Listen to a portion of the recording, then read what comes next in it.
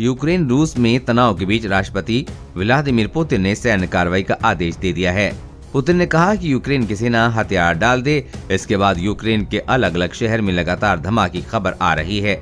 AFP के मुताबिक Putin ने यूक्रेन पर सैन्य कार्रवाई का आदेश देते हुए कहा कि रूस का कब्जा करने का कोई इरादा नहीं है, लेकिन अगर कोई बाहरी खतरा होता है तो उसका फौरन जवाब दिया जाएगा।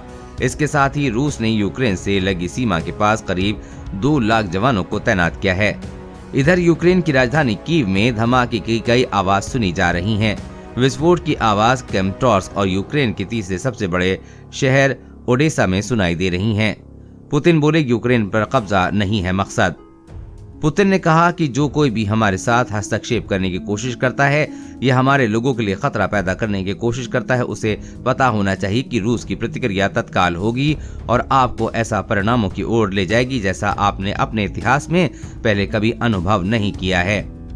उन्होंने आगे कहा कि यूक्रेन में विशेष मिलिट्री ऑपरेशन की हमारी योजनाओं में यूक्रेन के क्षेत्र पर कब्जा करना शामिल नहीं है।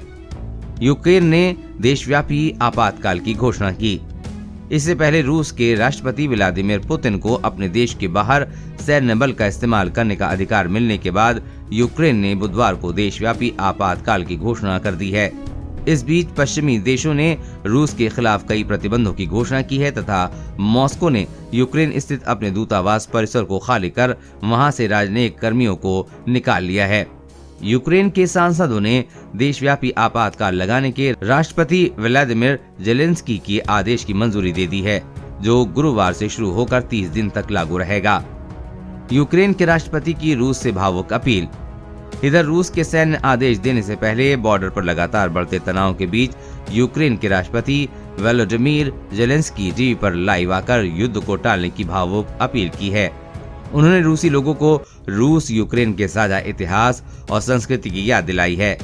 जेलेंस्की ने बताया कि उन्होंने व्लादिमीर पुतिन को फोन भी किया था, लेकिन कोई जवाब नहीं मिला। यूक्रेनी राष्ट्रपति ने कहा कि उनका देश शांति चाहता है। देश और दुनिया की हर अपडेट पाने के लिए चैनल को सब्सक्राइब करें।